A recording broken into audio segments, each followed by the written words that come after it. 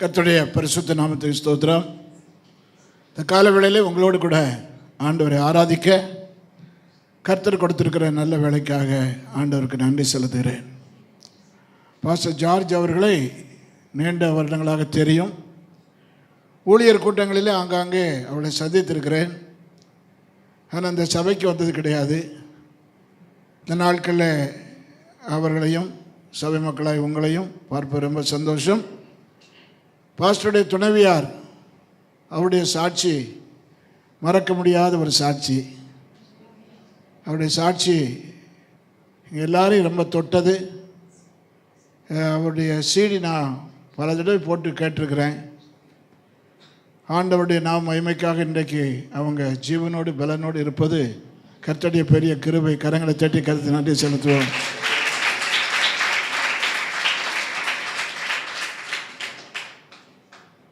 உங்கள் மத்தியில் இந்த காலவெளியில் இருப்பது மிகுந்த சந்தோஷம். கர்த்தர் உங்கள் ஒவ்வொருவரையும் ஆசீர்வதிப்பாராக. இந்த ஊழியம் வளர்ந்து பெருக ஜெபிக்கிறோம். ஆண்டவர் தொடர்ந்து உங்கள் ஒவ்வொருவரையும் வல்லமையாய் பயன்படுத்துவாராக. வேதத்திலிருந்து ஒரு வேத பகுதியை வாசிக்க போகிறோம் எல்லாரும் சேர்ந்து. 2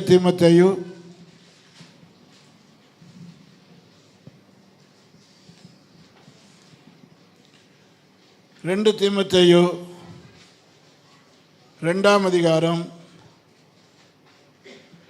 எல்லாரும் சேர்ந்து வாசிக்க போகிறோம். 20-21 வசனங்கள் வாசிப்போம். ஒரு பெரிய வீட்டிலே பொன்னு வெள்ளியுமான பாத்திரங்களும் அல்லாமல் மரபும் மண்ணுமான பாத்திரங்களும் உண்டு. அவைகளில் சில கனத்திற்கும் சில கனவீனத்திற்கும் ஆனவைகள். ஆகையால் ஒருவன் இவைகளை விட்டு தன்னை சுத்திகரித்து கொண்டால் அவன் பரிசுத்தமாக்கப்பட்டதும் எஜமானுக்கு உபயோகமானதும் எந்த நற்கைக்கு ஆயத்தமாக்கப்பட்டதுமான கனத்துக்குரிய பாத்திரமாய் இருப்பான். கண்களை மூடி வலது கரத்தை உயர்த்திச்சோம். உங்களை ஒரே ஆண்டவர் கனத்துக்குரிய பாத்திரமாக பயன்படுத்துவாராக. பரிசுத்த பிதாவே, இந்த காலை ஆராதனையிலே நாங்கள் உம்முடைய நாமத்தை மகிமைப்படுத்த கொடுத்திருக்கிற கிருபைக்காய் ஸ்தோத்திரம். பாடல் மூலமாக ஜெபத்தின் மூலமாக எங்களோடு பேசின ஆண்டவர், இப்பொழுது வசனத்தின் மூலமாக நீர் எங்களோடு பேசும்படி கேட்கிறோம். நாங்கள் கேட்கவும் அதன்படி நடக்கவும் நீர் எங்களுக்கு உதவி செய்யும். இயேசுவின் நாமத்தில் பிதாவே, ஆமென். அப்போஸ்தலனாகிய பவுல் சொல்ல ஒரு பெரிய வீட்டிலே என்று சொல்றார். சபையை மனசில் வச்சு தான் சொல்றார். ஒரு பெரிய வீட்டில் பலவிதமான பாத்திரங்கள் இருப்பது போல சபையிலும் பலவிதமான மக்கள் இருக்காங்க. நம்ம எல்லாருமே ஆண்டவருடைய சபையில் பாத்திரங்கள்.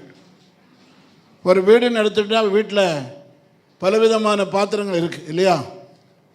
கிச்சனில் பயன்படுத்துகிறது, சாப்பாட்டு மேஜையில் பயன்படுத்துகிறது, வராண்டாவில் பயன்படுத்துகிறது, இப்படி பல பாத்திரங்கள் பொருட்கள் நம்ம வீட்டில் இருக்குது. இது போல தான் சபையிலையும் பலவிதமான விசுவாசிகள் இருக்காங்க. பவுல் அதை சபையோடு ஒப்பிட்டு தான் சொல்கிறார். பெரிய வீடுன்னு சொல்லும்போது இன்றைக்கு ஆண்டவருடைய சபை ஒரு பெரிய வீடு, பெரிய குடும்பம். அகில உலகத்தில் இருக்க எல்லா பரிசுத்தவான்களும் ஒரு குடும்பத்தை சேர்ந்தவர்கள். கைகளை வச்சு ஆமென் சொல்லு. எந்த சபையை சேர்ந்திருந்தாலும் எந்த ஸ்தாபனத்தை சேர்ந்திருந்தாலும் இயேசுவின் இரத்தத்தினால் கழுவப்பட்ட நாம் எல்லாரும் ஒரே குடும்பத்தை சேர்ந்தவர்கள். நமக்குள்ள ஜாதி வித்தியாசம் கிடையாது, நமக்குள்ள ஏற்றத்தாழ்வு இல்லை. நம்ம எல்லாரும் ஒரு குடும்பத்தை சேர்ந்தவர்கள். ஒரு பெரிய வீடு இருப்பது போல ஆண்டவருடைய சபை இந்த உலகத்தில் உள்ள எல்லா நாடுகளிலும் இருக்குது. இப்படிப்பட்டதான சபையில் நமக்கு இங்கேயும் ஆண்டவர் ஒரு சபையை தந்திருக்கிறார். இங்கே பவுல் சொல்லும்போது ஒரு பெரிய வீட்டிலே பொன்னும் வெள்ளியுமான பாத்திரங்களும் அல்லாமல் மரமும் மண்ணுமான பாத்திரங்களும் உண்டு. பவுல் வாழ்ந்த காலத்தில் பொன்னாலான பாத்திரம்லாம் இருக்குது. இப்போ பொன்னாலான பாத்திரம் யார் வீட்லேயே இருக்கா? இப்போ தங்க வைக்கிற விலைக்கு பாத்திரம் செய்கிறது மாதிரியா இருக்குது. நம்ம கொஞ்சம் தங்கம் கிடைச்சாலும் மூக்கில் காதில் ஓட்டையை போட்டு அதில் தொங்க வச்சுருவோம். தங்கத்தைனா இப்போ நம்ம பாத்திரமாக சீராக்கில் இருக்குது, அந்த காலத்தில் இருக்குது. அப்போ பொன்னாலான பாத்திரம் அந்த காலத்தில் இருந்திருக்கு. ஹைதராபாத் நிஜாம் ஒருத்தர் இருந்தார், ராஜா, ஆந்திராவில். அவர் வீட்டில் பொன்னாலான பாத்திரங்கள் இருந்திருக்குது, ராஜா வீட்டில். சில வருஷத்துக்கு முன்னால் என்னுடைய ஃப்ரெண்டு ஒருத்தர் போய் அங்கே சாப்பிட போனார். பொதுமக்களுக்கு அந்த பாத்திரத்தை காட்டுறதுக்காக கூப்பிட்டுருந்தாங்க. ஒரு சாப்பாடு 1000 ரூபா, அப்போ இப்போனா 5000 ரூபா இருக்கும். சாப்பாடு விசேஷம் இல்லை, அந்த ராஜாக்கள் சாப்பிட்ட பொன் பாத்திரங்களில் சாப்பிட்றது. அது ஒரு 1000 பேருக்கு சாப்பிட்ற அளவுக்கு ராஜா அப்போ அந்த காலத்தில் பொன்னால் சேர்த்து வச்சுருக்கார். அப்போ அந்த காலத்தில் பொன்னாலான பாத்திரம் இருந்தது, வெள்ளியாலான பாத்திரம் இருந்தது, மரத்தாலான பாத்திரம் இருந்தது, அப்புறம் மண்ணால் ஆன பாத்திரம் இருந்தது. இப்போ பவுல் இருந்தான்னு என்ன சொல்லிப்போ பெரிய வீட்டில், உங்கள் வீட்டில் என்னென்ன பாத்திரம் இருக்குன்னு சொல்லுங்களேன். சில்வர் பாத்திரம், பித்தளை பாத்திரம், பிளாஸ்டிக் பாத்திரம். பவுல் இப்போ இருந்தாருன்னு அதான் எழுதியிருப்பார். ஒரு பெரிய வீட்டில் சில்வர் பாத்திரம், பித்தளை பாத்திரம், அலுமினிய பாத்திரம், பிளாஸ்டிக் பாத்திரம், அப்படி தான் எழுதியிருப்பார். பவுல் வாழ்ந்த காலத்தில் அப்படி பொன்னாலான பாத்திரம், வெள்ளியாலான பாத்திரங்கள்லாம் இருந்திருக்கு. இப்போ பவுல் இதெல்லாம் சொல்லிட்டு, ஒரு வீட்டில் பலவிதமான பாத்திரங்கள் இருப்பது போல் சபையிலும் பலவிதமான ஆட்கள் இருக்காங்க. உங்கள் ஒவ்வொருவரையும் மனசில் வைத்துக்காங்க. சபையில் நீங்கள் ஒவ்வொருவரும் ஒவ்வொரு விதமான பாத்திரங்கள். பவுலுக்கள் அடுத்த வசனம் சொல்கிறார், இல்லை அதே வசனத்தில் சில பாத்திரங்கள் கனத்துக்குரியவைகள், சில பாத்திரம், அதாவது சில பாத்திரம் மதிப்பு கூடுனது, சில பாத்திரம் மதிப்பு குறைஞ்சது. நம்ம வீடுகளே பார்த்தீங்கன்னு சொன்னால், நம்ம அன்றாடம் உபயோகிக்கிற பாத்திரம் வேறு, யாராவது கெஸ்ட்டு வந்தான்னா அது உபயோகிக்கிறதுக்கு பாத்திரம் வேறு. இப்போ நான் தான் வீட்டில் வாங்கி கொடுத்தேன்னா என் மனைவி அதை எனக்கு தரமாட்டேன். யாராவது கெஸ்ட்டு வந்தால் தான் அதில் சாப்பிடலாம், ஏன்னா அது கெஸ்ட்டுக்கு உள்ளது. அப்படி ஒவ்வொரு வீடுகள்லையுமே சில பாத்திரங்கள் விசேஷமாக இருக்குது. இப்போ கர்த்தருடைய பந்தி எடுத்துக்கிட்டீங்கன்னா சபையில் கம்யூனியன் பாத்திரம் இருக்குது, அது கம்யூனியனுக்கு மட்டும்தான் உபயோகிப்போம். இதுபோல் சபையில் இருக்கிற நாம் கனத்துக்குரியவர்களாகவும் இருப்போம், அல்லது மதிப்பு குறைஞ்சவங்களாகவும் இருப்போம். மதிப்பு எதனால் நமக்கு வருதுன்னு சொன்னால், அதுக்கு நமக்கு கொடுக்கப்படுற கிரயம். 10 ரூபாய்க்கு ஒரு பொருள் வாங்கலாம், 10 லட்சத்துக்கு ஒரு பொருள் வாங்கலாம். பவுல் என்ன சொல்கிறாருங்க, நீங்கள் எல்லாரும் கனத்துக்குரிய பாத்திரமாக இருக்கணும். கனத்துக்குரிய பாத்திரத்துக்கு 3 காரியம் சொல்கிறார். முதலாவது பரிசுத்தமாக்கப்பட்ட பாத்திரம். 21ஆம் வசனத்தில் பரிசுத்தமாக்கப்பட்டதும் எஜமானுக்கு உபயோகமானதும் எந்த நற்கிரியைக்கும் ஆயத்தமாக்கப்பட்டதுமான கனத்துக்குரிய பாத்திரம். இப்போ ஒரு ஆள் சபையில் கனத்துக்குரியவனாக இருக்குன்னு சொன்னால் முதலாவது என்ன தேவை? பரிசுத்தமாக்கப்பட்ட பாத்திரம். கைகளை ஒருத்தி விடாமன்னு சொல்லுங்கள். உலகத்தில் மக்கள் பரிசுத்தத்தை பார்க்க மாட்டாங்க, பதவியை பார்ப்பாங்க. பதவிக்கு மதிப்பு கொடுப்பாங்க, பணத்துக்கு மதிப்பு கொடுப்பாங்க. ஒரு ஆள் உலகத்தில் இன்றைக்கி இருக்கான்னா அவருக்கு என்ன பதவி இருக்குதோ அதை பொறுத்து தான் மதிப்பு. சபையில் அப்படி இல்லை. நீங்கள் நல்ல உயரிய உத்தியோகத்தில் இருந்ததுனால தப்பு இல்லை, ஆனால் நீங்கள் என்ன உத்தியோகத்தில் இருக்கிறீர்களோ அதுக்காக ஆண்டவர் மதிக்க மாட்டார். ஆண்டவர் மதிக்கிறது முதல் பாத்திரம் என்னது? பரிசுத்தமாக்கப்பட்ட பாத்திரம். கைகளை தட்டி ஆமென்னு சொல்லுங்கள். பரிசுத்தமாக்கப்பட்ட பாத்திரமாக இருக்கணும். இப்போ ஒரு பாத்திரம்னு சொன்னால் அது சுத்தமாக இருக்கணும். வீட்டில் எவ்வளோதான் உயர்ந்த பாத்திரமாக இருந்தாலும் அதை சுத்தப்படுத்துகிறோம். ஆண்டோடைய பிள்ளைகளும் அப்படி சுத்திகரிக்கப்பட்ட பிள்ளைகளாக இருக்கணும், பரிசுத்தமாக்கப்பட்ட பிள்ளைகளாக இருக்கணும். நம்மை பரிசுத்தமாக்குற காரியம் ஒரு 2-3 காரியம் 4 காரியம் சொல்ல விரும்புகிறேன். முதலாவது நம்மை சுத்திகரிக்கிறது, வாசிங்க 1 யோவான் 1:7. எடுத்தவங்க வாசிங்க. 1 யோவான் 1:7.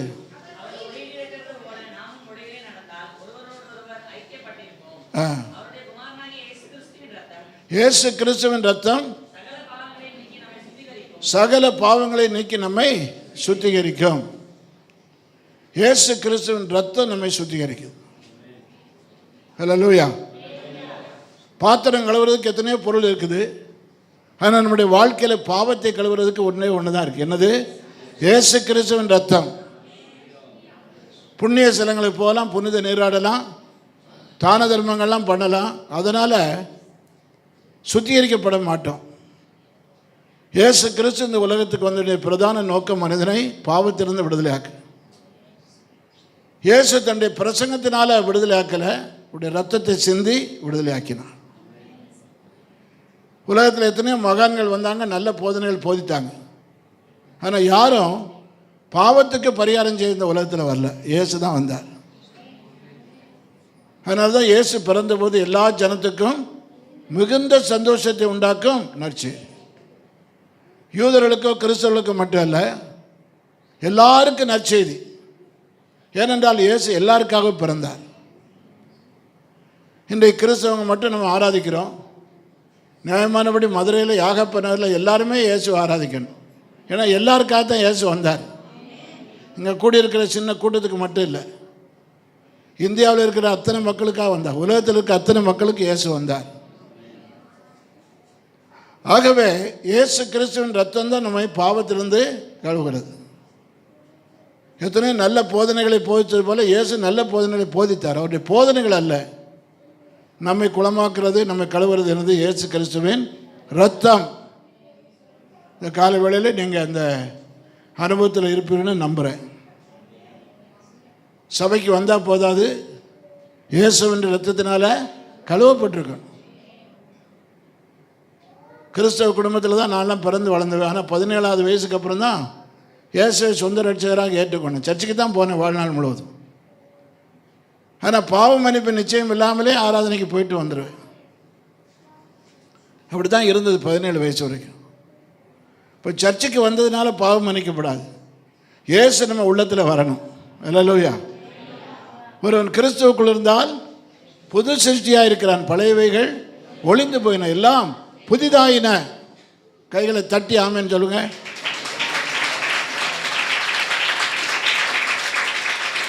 இயேசு கிறிஸ்துவின் ரத்தம் நம்மை சுத்திகரிக்கிறது. ஒரு பாவியை பரிசுத்தவனாக மாற்றுறது அதுதான். சர்ச்சுக்கு வர்றதுனால இல்லை, பைபிள் வாசிக்கிறதுனால இல்லை, ஜெபம் பண்ணுறதுனால இல்லை, பாவ மன்னிப்பு நிச்சயத்தை பெறணும். இயேசு கிறிஸ்துவின் ரத்தத்தினால் கழுவப்படணும். அது இலவசமாக அவர் தர்றார். ஆனால் அவர் அதுக்காக பட்ட பாடு பெருசு. நமக்கு அது இலவசமாக தர்றார். ஒரு பொருள் இலவசமாக தந்து அது மலிவானதாக தான் நினைப்போம். ஆனால் இயேசு விலையேறப்பட்ட ரத்தத்தை நமக்கு இலவசமாக தந்திருக்கார். நாம் எத்தனை கோடி கொடுத்தாலும் அது வாங்க முடியாது. ஆகவே அதை நமக்கு இலவசமாக தந்திருக்கார். ஆகவே இயேசு கிறிஸ்துவின் ரத்தம் எல்லாருக்கும் கிடைக்கக்கூடியது. அவருடைய ரத்தத்தினால் கழுவப்பட்டிருந்தால் நாம் சுத்திகரிக்கப்படுவோம். ரெண்டாவது நம்மை சுத்திகரிக்கிறது வாசனம் வாசிங்க. யோவான் சுவிசேஷம் 15ஆம் அதிகாரம் 3ஆம் வசனம். யோவான் 15:3. நான் சொன்ன உபதேசத்தினாலே நீங்கள் இப்பொழுதே சுத்தமாக இருக்கிறீர்கள். வசனம் நம்மை கழுவுகிறது. உபதேசத்தினாலே, சத்தியத்தினாலே. அப்போ இயேசு கிறிஸ்து ரத்தத்தினால கழுவப்பட்டால் மட்டும் போதாது, வசனத்துக்கு என்ன செய்யணும்? கீழ்ப்படியணும். ஞானஸ்தானம் எடுக்கணும். உங்களை எல்லாம் ஞானஸ்தானம் எடுத்திருக்கீங்களா? ஆமாம். அப்போ அதன் மூலமாக நம்ம சுத்திகரிக்கப்படுறோம், வசனத்தை கீழ்ப்படியதுனால. அப்போது இயேசுவின் ரத்தம் நம்ம சுத்திகரிக்கிறது போல எது சுத்திகரிக்கிறது? வசனத்தை கீழ்ப்படியும் போது. இப்போ நம்ம ஒவ்வொரு வசனத்தை கீழ்ப்படியணும். என்னென்ன வசனத்தை கீழ்ப்படியும்படி ஆண்டவர் எதிர்பார்க்குறாரோ அது கீழ்ப்படியணும். அப்போது நம்மை சுத்திகரிக்கிறது இயேசு கிறிஸ்துவின் ரத்தம் தான் பாவியை பரிசுத்தவனை மாற்றுது. அதுக்கப்புறம் நமக்குள்ளே தொடர்ந்து சுத்திகரிப்பு ஏற்படணும். வசனத்துக்கு கீழ்ப்படியணும், வசனத்தை வாசிக்கணும், வசனத்தை கீழ்ப்படியணும். வெளிப்படுத்தல் 1:3 இந்த தீர்க்க தரிசன வசனங்களை வாசிக்கிறவன், அப்புறம் கை கொள்கிறவன். வாசிங்க. வெளிப்படுத்தல் 1:3. கேட்கிறவர்கள் கை கொள்கிறவர்கள் பாக்கியவான்கள். வசனத்தை வாசிக்கிறது, கேட்கறது, கை கொள்றதெல்லாம் பாக்கியம்.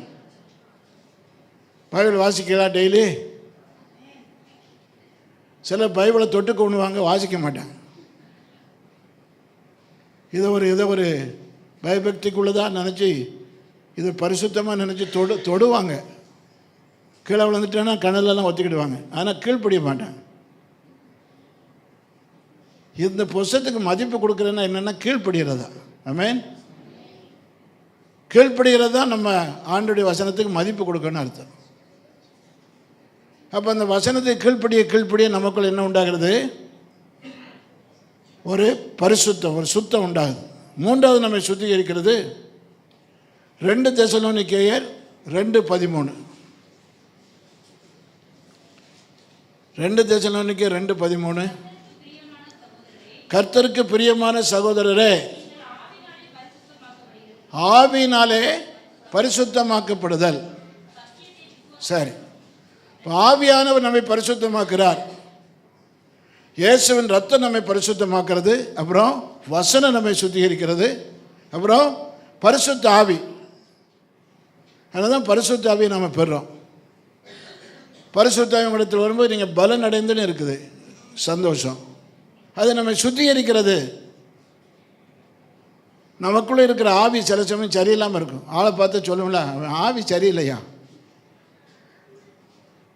என்னதை பார்த்தாலும் எப்போ பார்த்தாலும் ஒரு மாதிரி மெலிஞ்சிக்கிட்டே போகிறான், புத்தி சரியில்லை. அதனால் தடித்த ஆட்கள்லாம் நல்ல புத்தின்னு சொல்லலை.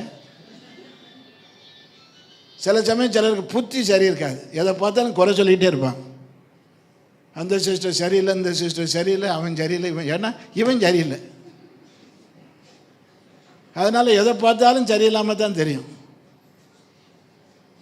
ஆவி சிலருக்கு சரியில்லை.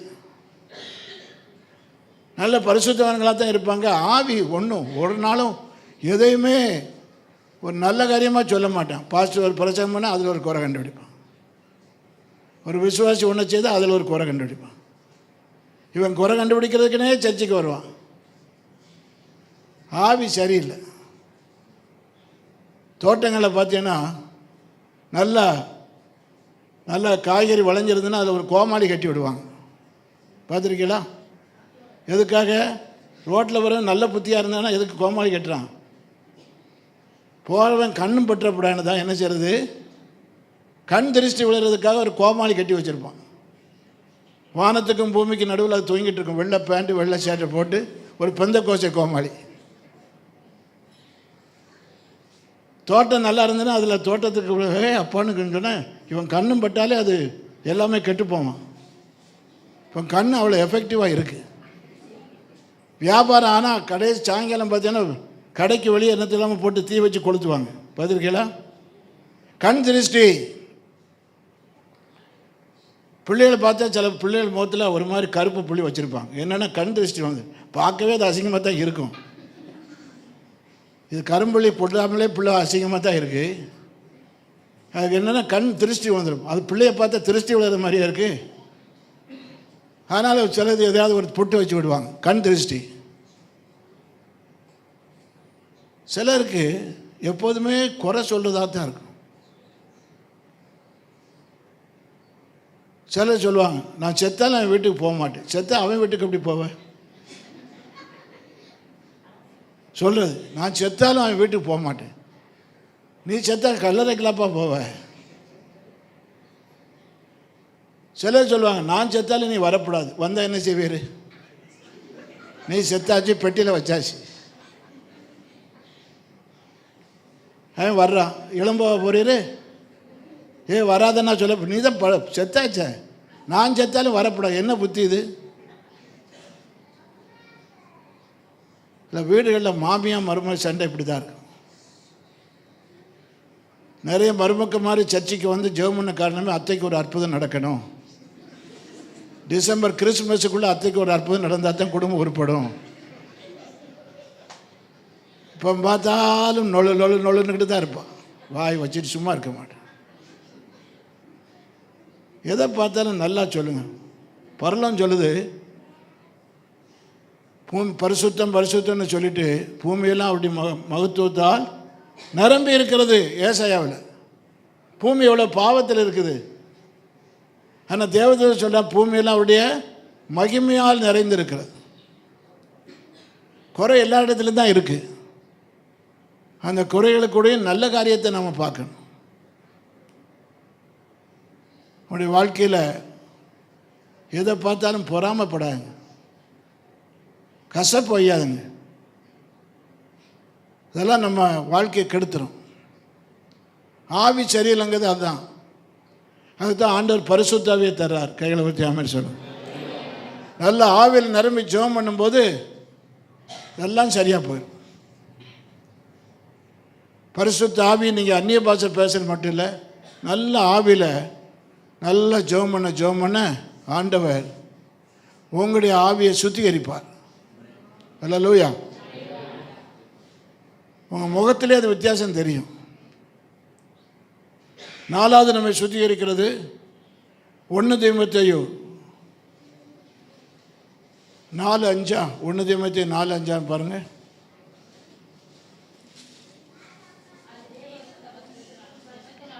அது தேவ வசனத்தினாலும் ஜெபத்தினாலும் பரிசுத்தமாக்கப்படும். தேவ வசனத்தை பார்த்துட்டோம். அப்போ ஜெபம் நாம் அதிகமாக ஜெபிக்க என்ன உண்டாகிறது? பரிசுத்தம் உண்டாகுது. அதனால தான் தேவ சமூகத்திலேருந்து நம்ம ஜெபிக்கும்போது நமக்குள்ள இருக்கிற அழுக்கெல்லாம் மாறிடும். நமக்குள்ள ஒரு சுத்திகரிப்பு உண்டாகும். அல்லேலூயா. இன்னும் நிறைய சொல்லியிருக்குது, இதோடு நிறுத்துகிறேன்.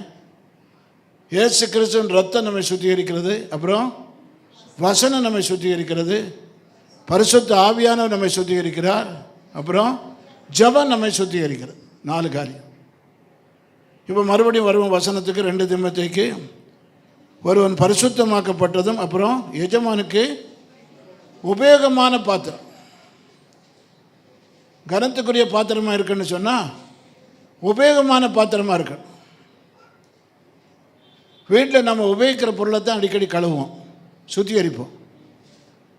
ஆண்டவர் உங்களை தொடர்ந்து சுத்திகரிக்கணும்னா நீங்கள் ஆண்டவருக்கு உபயோகமாக இருக்கணும். அல்லேலூயா. நீங்கள் இந்த சபைக்கு வரீங்கன்னா இந்த சபைக்கு உபயோகமாக இருக்கணும். சிலர் நல்லவங்களாக இருப்பாங்க, ஆனால் ஒன்றும் உபயோகமாக இருக்க மாட்டான். சிலர் வந்தாலும் ஒன்று தான், போனாலும் ஒன்று தான். அப்படி இருக்கக்கூடாது. சபைக்கு நீங்கள் எப்படி இருக்கணும்? உபயோகமாக இருக்கணும். வீட்டில் எந்த பொருளை பாருங்கள், அது உபயோகமாக தான் இருக்கும். அதுதான் பணம் கொடுத்து வாங்கி வச்சுருக்கோம். இயேசு கிறிஸ்து உங்களை ரத்தம் சிந்தி மீட்டாக கொண்டு வந்தாருன்னா சபையில் நீங்கள் உபயோகமாக இருக்கணும். பையங்க பெற்றோருக்கு உபயோகமாக இருக்கணும். பொம்பளை பிள்ளைகள் தாய்க்கு உபயோகமாக இருக்கணும். உபயோகமாக இருக்கீங்களா? சில பையங்க உபயோகமாகவே இருக்க மாட்டான். கல்யாணம் ஆகுவரையிலும் உபயோகமாகவே இருக்க மாட்டான். எல்லாம் சாப்பிடுவான், போவான். ஒன்றும் வீட்டுக்கு அப்பா அம்மாவுக்கு ஒரு உபயோகம் இருக்காது. அப்பா சொல்ல, பையன் பிஏ முடிச்சுட்டு சும்மாவாக இருக்கான். காலையில் 10 இட்லி சாப்பிட்றான், மத்தியானம் 2 பிளேட்டு சோறு சாப்பிட்றான், சாயங்காலம் லைட்டாக 4 வடை, 2 டீ, ராத்திரி 10 சப்பாத்தி. அப்பா சொல்கிற பையன் சும்மாவாக இருக்கான். இந்தியாவில் பட்டினி வர காரணமே இவன் தான். அவ்வளோ தீவனம் திங்கிறான். அப்போ அப்பா சொல்கிறார், பையன் உபயோகம் இல்லாதவன்னு அர்த்தம். அதான் அர்த்தம். சாப்பிட்டுட்டு தான் இருக்கான். பொம்பளை பிள்ளை அம்மாவுக்கு உபயோகமாக இருக்காளா? சில பொம்பளை பிள்ளைய நல்ல வாலிப பிள்ளைய நல்ல உபயோகமாக இருப்பான். சில கல்யாணம் ஆகும் வரையிலும் அவள் தான், அம்மா தான் சோறு ஊட்டணும். நல்லா ஓடிவா. அது என்னைக்கு ஓடி வந்தது? நல்லா ஓடிவா, நில்லாமல் ஓடிவா. சரி. இவளுக்கு சின்ன வயசுலேருந்து சோறு ஊட்டிக்கிட்டே இருக்கணும். கல்யாணத்துக்கு முன்னால் அம்மா ஊட்டணும், கல்யாணத்துக்கு அப்புறம் புருஷன் ஊட்டணும்.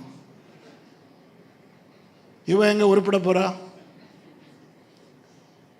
உபயோகமாக இருக்கீங்களா? வாலிப பிள்ளைகள், பெரியவர்கள், இப்போ சர்ச்சில் பாருங்கள், எல்லாம் உபயோகமாக இருக்குது. லைட்டு உபயோகமாக இருக்குது, புல்பிட்டு உபயோகமாக இருக்குது, சேரு உபயோகமாக இருக்குது. பாய் உபயோகமாக இருக்குது. ஒரு வாட்ச் கட்டிருக்கே, அது உபயோகமாக இருக்குது. வாட்ச் ஓட மாட்டுக்கு அதை கட்டிட்டு நீங்கள் தான் ஓட வேண்டியிருக்குன்னா என்னத்துக்கு வாட்சி? எதுவுமே உபயோகமாக இருக்கணும். அல்லேலூயா. உங்களை ரட்சித்த ஆண்டவருக்கு நீங்கள் என்ன செய்றீங்க? நீங்கள் அங்கே வைக்கிற சபைக்கு என்ன செய்றீங்க? ஆராதனைக்கு ஒரு சந்தோஷம். அது அல்லாமல் சபைக்கு எப்படி உதவியாக இருக்கிறீர்கள்?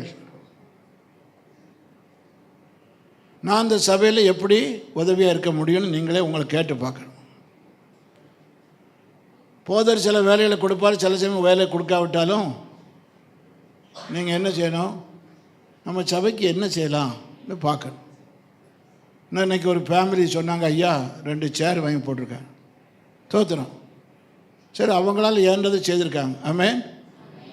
அதே பணத்தை இன்னொருத்தரும் செய்திருக்க முடியும். அதை யோசிக்கலை, இவங்க யோசிச்சிருக்காங்க. அப்போ சர்ச்சில் நீங்கள் உங்களால் ஏன்றது பலது செய்யலாம். முதலாவது சபைக்காக போதற்காக ஜெபம் பண்ணலாம். ஒரு உதவி. தினமும் நல்லா ஜெபம் பண்ணுங்க. சபைக்கு வளர்ச்சிக்காக, போதகர் குடும்பத்துக்காக ஜெபம் பண்ணுங்க. 2வது, உங்களால் ஏன்ற அளவுக்கு கொடுங்க. எல்லாரும் பணக்காரர் அல்ல. நமக்கு இருக்கிறத வச்சு என்ன செய்யணும்? நம்மால் ஏன்ற அளவுக்கு கொடுக்கணும்.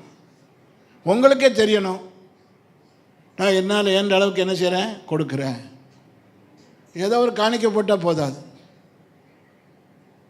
உங்களை ஆண்டவர் ஆசீர்வாதத்திற்கு அந்த அளவுக்கு ஏற்றாக்கில் காணிக்க போடணும். இது ஏதோ ஒரு காணிக்கைங்கிறது ஒரு சடங்காச்சாரமாக நினச்சி போடக்கூடாது. ஆண்டவர் இந்த மாதம் முழுவதும் என்னை பாதுகாத்தார், அதுக்கு ஒரு நன்றியாக ஒரு காணிக்க போடுறோம். இப்போ கொடுக்கறதுல நம்ம சடங்காச்சாரமாக எதையாவது ஒரு காணிக்க போடலாம். காணிக்க நேரத்தில் நன்றியோடையும் போடலாம்.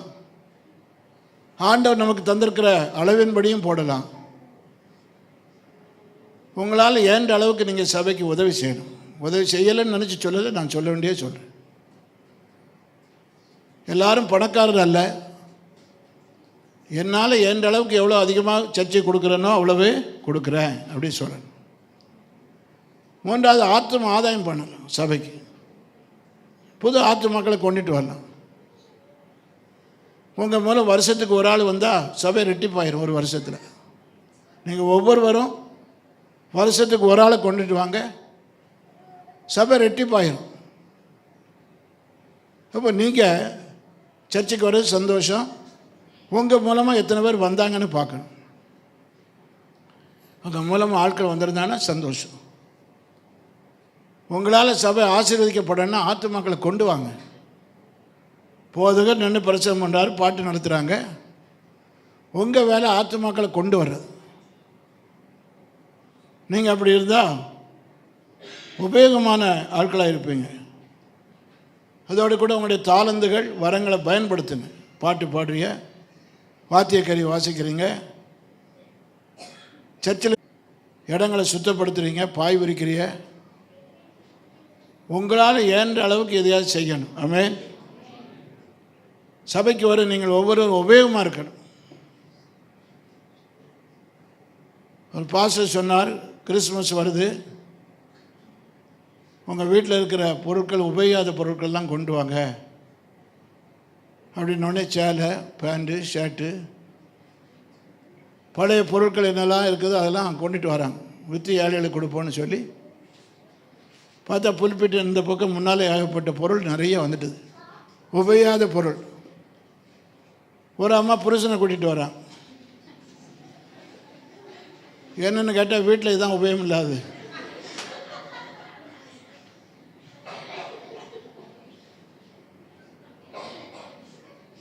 என்ன செய்ய சொல்கிறேன்? இப்படியும் ஆள் இருக்குது.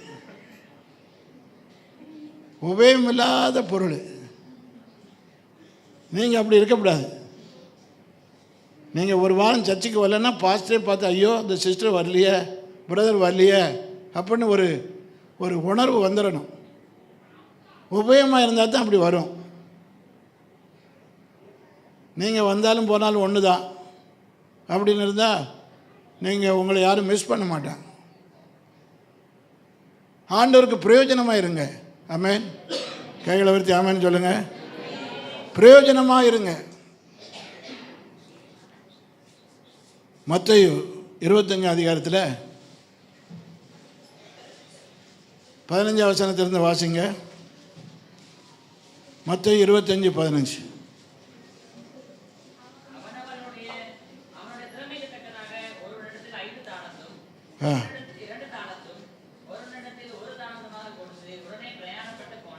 சரி, அதுக்கப்புறம் பின்னால் வாசிங்க. இந்த 35 வலது பக்கத்து நிற்கவங்களை பார்த்து இதை எத்தனாவது வசனம் தம்பி? பசியாக இருந்தேன், போஜனம் கொடுத்தீர்கள். அப்புறம் தாகமாக இருந்தேன். அப்புறம்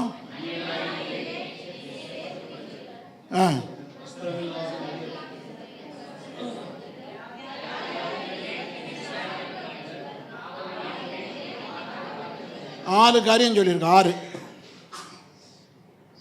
3 பொருட்கள். நான் பசியாக இருந்தேன், இங்கே என்ன செய்தீங்க? போஜனம் கொடுத்தீர்கள். நான் வஸ்திரம் இல்லாத இருந்தேன், எனக்கு வஸ்திரம் கொடுத்தீர்கள். நான் தாகமாக இருந்தேன், எனக்கு தண்ணீர் கொடுத்து. 3 பொருள். மீதி 3 போய் விசிட் பண்ணுறதா, கஷ்டப்படுறவங்களுக்கு உதவி செய்கிறது. அதில் 3 மீதி 3 வாசிங்க. என்னெல்லான்னு? அந்நியனாக இருந்த என்னை சேர்த்து கொண்டீர்கள், வியாதியாக இருந்தேன் விசாரிக்க வந்தீர்கள், காவலில் இருந்தேன் நேரம் எடுத்து போய் விசாரிக்க. இது பணச்செலவில்லை, நேரம். அப்போது இந்த 6 காரியத்துக்கும் ஆண்டவர் சொல்ல, நான் தான் சொல்கிறார், என் பிள்ளைன்னு சொல்லலை. நீர் எப்போ ஆண்டவரை பசியாக இருந்திருக்கும் இந்த சிறியல் ஒருவனுக்கு எதை செய்தீர்களோ அதை எனக்கு. இப்போது வாழ்க்கையில் பசி இருந்தவங்களுக்கு அவங்களால நம்மளால் உதவி செய்யணும். தாகமாக இருக்கவங்களுக்கு அவங்க நம்மளால் உதவி செய்யணும். வஸ்திரம் இல்லாமல் இருந்தால் உதவி செய்யணும். நம்மளால் எதை கொடுக்க முடியுமோ கொடுக்கணும். சில 3 காரியம் நம்ம நேரத்தை எடுக்கிறதா, ஆட்களை போய் விசாரிக்கிறது. இப்போ வாழ்க்கையில் ஏதாவது ஒன்று செய்கிறது, அதை ஆண்டவர் மெச்சிக்கொள்கிறார். பிரயோஜனமாக இருங்க, அதுதான் அர்த்தம். 3வது 2 தீமோத்தேயுக்கு வருவோம். முதலாவது பரிசுத்தமாக்கப்பட்ட பாத்திரம், 2வது எஜமானுக்கு உபயோகமான பாத்திரம், 3வது எந்த நற்கிரியைக்கும் ஆயத்தமாக்கப்பட்டதுமான பாத்திரம். சரி, நற்கிரியை செய்கிறதுக்கு எப்பவும் ரெடியாக இருக்கணும். போதகர் ஒரு காரியத்தை செய்யணும், உங்கள் பேர் தான் முதல்ல வரணும். இந்த பிரதர்கிட்ட கொடுத்தா, இந்த சிஸ்டர்கிட்ட கொடுத்தா உடனே செய்வாங்க. எத்தனை பேருக்கு திறமை இருக்குது, ஆனால் அவங்க அவைலபிளாக இருக்க மாட்டாங்க. அவங்கள போய் நம்ம வேலை கொடுக்க முடியாது, அவைலபிளாக இருக்க மாட்டாங்க. ஆண்டவர் யாரை பயன்படுத்துகிறான்னா, யார் அவைலபிளாக இருக்காங்களோ அவங்கள தான் பயன்படுத்து. திறமைகள் நிறைய பேருக்கு இருக்குது, ஆனால் அவங்க ஆண்டவருக்கு ரெடியாக இல்லை. யாரை அனுப்புவேன், யார் நமது காரியமாய் போவான்னு சொல்லும்போது ஏசா என்ன சொல்கிறான்? இதோ அடியேன், என்னை அனுப்பும். அவர் ரெடியாக இருக்கிறான். ஆண்டவர் யாரை பயன்படுத்துவார்னு சொன்னால், திறமை இருக்கிற நிறைய பேர்கள் ஆண்டவர் பயன்படுத்த ரெடி இல்லை.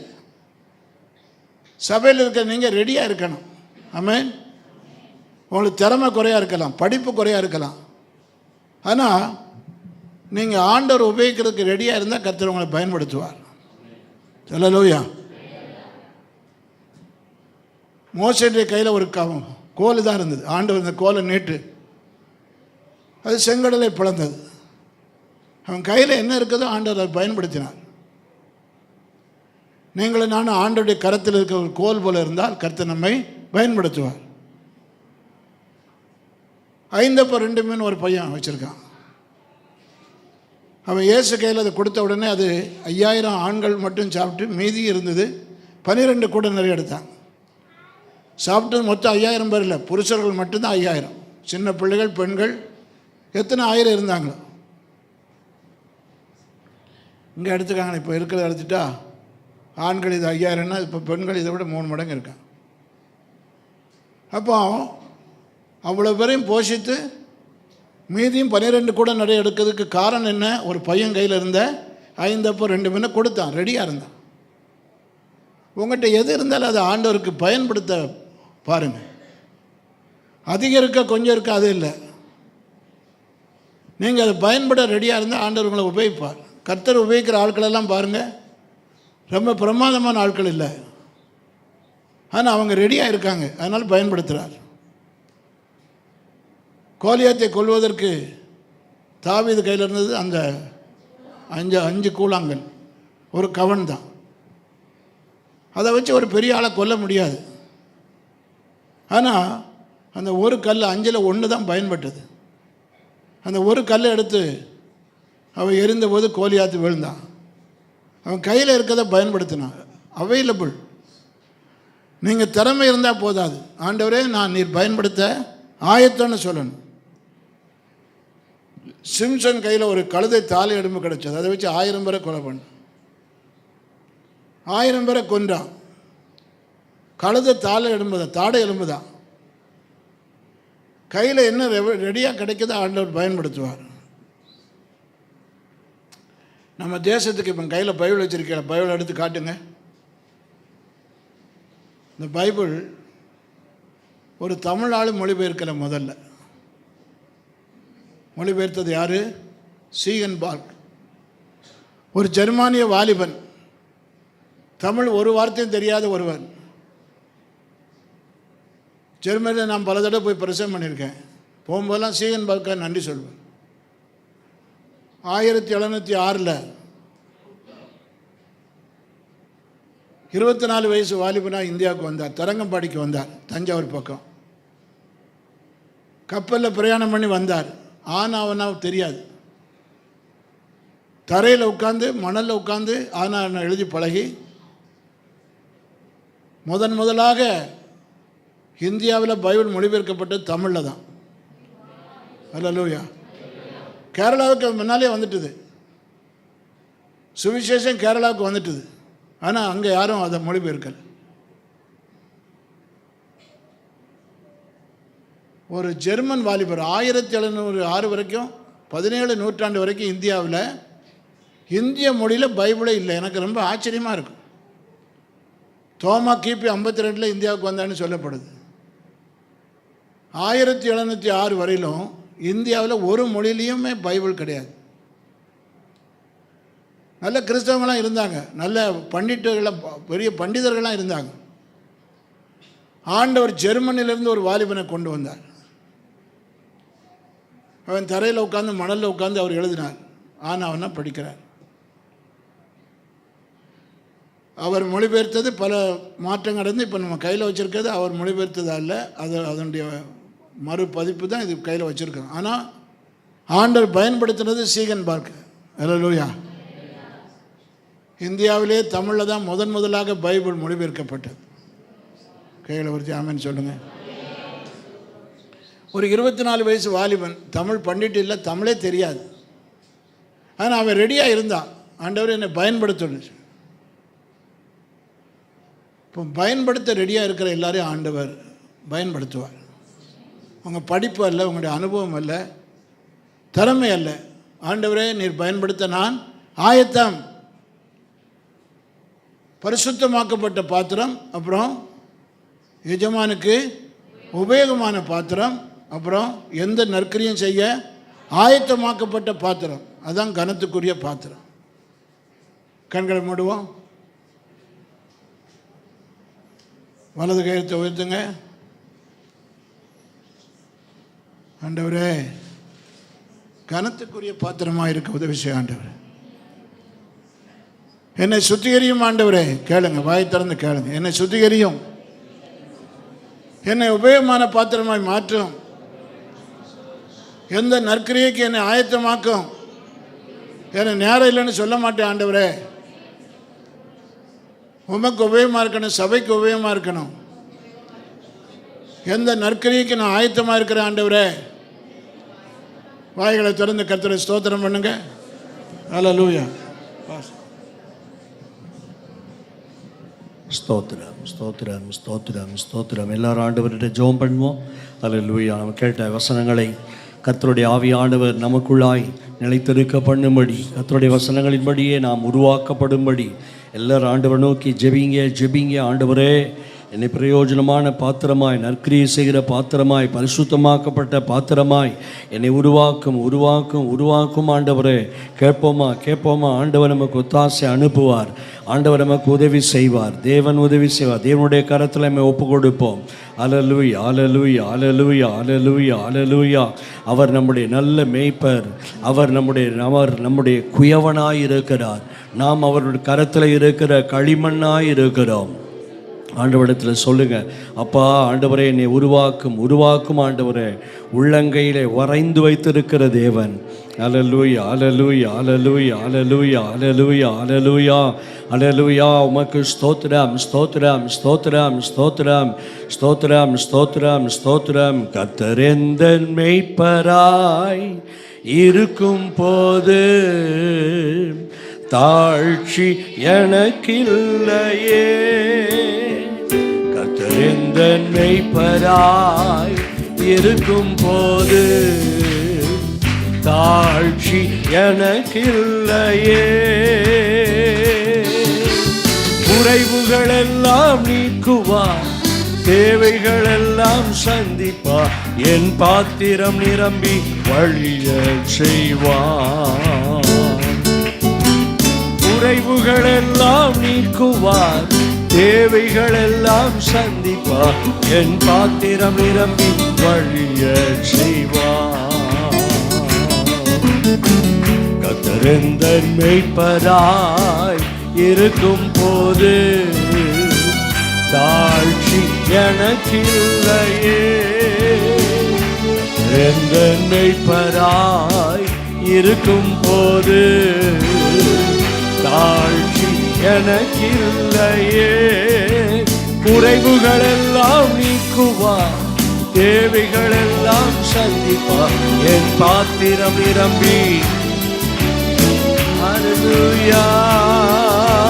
குறைவுகளெல்லாம் நீக்குவார், தேவைகளெல்லாம் சந்திப்பார், என் பாத்திரம் நிரம்பி. உள்ளுள்ள இடங்களிலே என்னை மேய்த்திடுவார், உள்ளுள்ள இடங்களிலே மேய்ச்சலை தந்திடுவார்.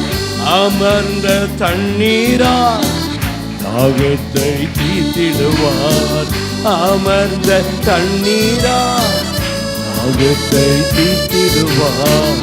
கர்த்தர் எந்தன் மேய்ப்பராய் இருக்கும் போது தாழ்ச்சி எனக்கில்லையே. கர்த்தர் எந்தன் மேய்ப்பராய் இருக்கும் போது தாழ்ச்சி எனக்கில்லையே. குறைவுகளெல்லாம் நீக்குவார், தேவைகளெல்லாம் சந்திப்பார், என் பாத்திரம் நிரம்பி. நம்முடைய பாத்திரங்களை நிரம்ப பண்ணுகிற தேவன். ஆமென். பிரயோஜனமான பாத்திரமாய், சுத்திகரிக்கப்பட்ட பாத்திரமாய், நற்கிரியை செய்ய தகுதியுடைய பாத்திரமாய். ஆமென். கர்த்தர் எந்தன் மேய்ப்பராய் இருக்கும் போது தாழ்ச்சி எனக்கில்லையே. நீதியின் பாதைகளில் நித்தமும் நடத்திடுவார், நீதியின் பாதைகளில் நித்தமும் நடத்திடுவார். எந்த ஆத்மாவை ஆட்டி தேற்றிடுவார், எந்த ஆத்மாவை ஆட்டி தேற்றிடுவார். கர்த்தர் எந்தன் மேய்ப்பராய் இருக்கும். Thank you Lord. Hallelujah. எனக்கில்லையே. கர்த்தர் எந்தன் மேய்ப்பராய். ஆமென். Hallelujah. Hallelujah. உணர்ந்து பாடுவோம். ஆமென். குறைவுகளெல்லாம் நீக்குவார், தேவைகளெல்லாம் சந்திப்பார், என் பாத்திரம் நிரம்பி வழிய செய்வார். குறைவுகளெல்லாம் நீக்குவார், தேவைகளெல்லாம் சந்திப்பார், என் பாத்திரம் நிரம்பி வழிய செய்வார். குறைவுகள் எல்லாம் நீக்குவார், தேவைகள் எல்லாம் சந்திப்பார், என் பாத்திரம் நிரம்பி. ஆமென். குறைவுகள் எல்லாம் நீக்குவார், தேவைகள் எல்லாம் சந்திப்பார், என் பாத்திரம் நிரம்பி. கரந்தட்டி ஆண்டவரை துதிப்போம், கரந்தட்டி ஆண்டவரை துதிப்போம். எஸ், நம்முடைய பாத்திரம் தேவனுக்கு பிரயோஜனமான ஒரு பாத்திரமாய் அவருடைய ஆவியினாலே நம்மை நிரப்புவார், அவருடைய வல்லமையினாலே நிரப்புவார், அவருடைய கிருபைகளினாலே நிரப்புவார். ஆண்டவருக்கு பிரயோஜனமான பாத்திரங்களாய், தேவனுக்கு உபயோகமான பாத்திரங்களாய், தேவனால் சுத்திகரிக்கப்பட்ட பாத்திரங்களாய், எந்த நல்ல காரியங்களையும் செய்யக்கூடிய தகுதி உடைய கனமுள்ள பாத்திரங்களாய் நம்மை மாற்றுவார். அல்லேலூயா. ரபா லபா ஷதலபா ரபா. கேளுங்க கேளுங்க. ஆண்டவரே, என்னை நிரப்ப ஆண்டவரே. ஆண்டவரே, உமக்கு பிரயோஜனமான பாத்திரமாய் இருக்கும்படி ஆண்டவரே, நற்கிரிகளை செய்ய தகுதியுடைய ஒரு பாத்திரமாய் நிரப்பும்படி என்னை நிரப்பும், நிரப்பும் ஆண்டவரே, நிரப்பும். என் பாத்திரம் நிரம்பி வழியட்டும். உம்முடைய வல்லமையினால் என் பாத்திரம் நிரம்புவதாக. உம்முடைய கிருபைகளினால் எங்கள் பாத்திரங்கள் நிரம்புவதாக. உம்முடைய கிருபைகளினால் எங்கள் பாத்திரங்கள் நிரம்புவதாக.